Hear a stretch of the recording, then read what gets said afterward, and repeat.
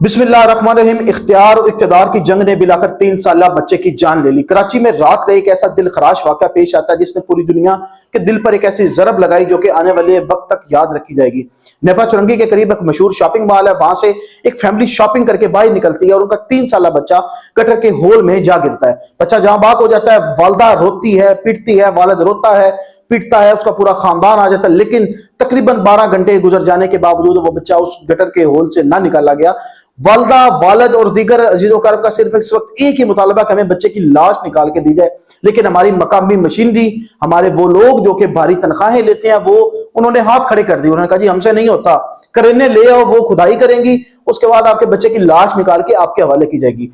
ये वो तमाचा है पूरे पाकिस्तान की आवाम के चेहरे पर जो कि इन सियासी पार्टियों को पीछे लग के आपस में लड़ाइयां करते हैं, आपस में झगड़े करते हैं, इनके पीछे अपना पूरी जिंदगी तबाह कर देते हैं। लेकिन ये वो लोग जो कि एक कम उम्र कम सन बच्चे की तकलीफ भी उनको महसूस नहीं होती। रात के सर्दी में पूरी कराची की आवाम वहां पर मौजूद होती, लेकिन वहां पर मौजूद ना कोई पीपी का सियासी वर्कर, ना कोई सियासी लीडर, ना कोई एमक्यूएम का मकामी लीडर वहां पर पहुंचा, ना कोई ब्यूरोक्रेट्स वहां पर पहुंचे।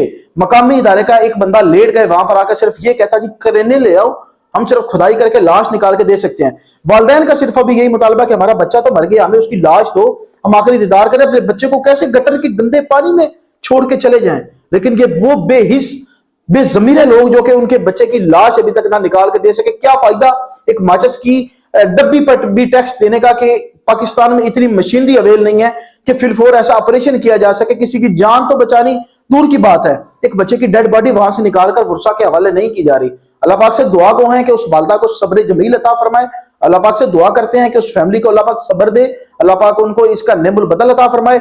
और वो लोग जो इस तमाम कारस्तानी में मुलव्वस हैं, उनको ऐसे अजाब में अल्लाह पाक मुब्तला करे कि उनके आने वाली नस्लें जो हैं उस अजाब का मजा चखती रहे, वो खुद इसी तकलीफ में मुब्तला हों।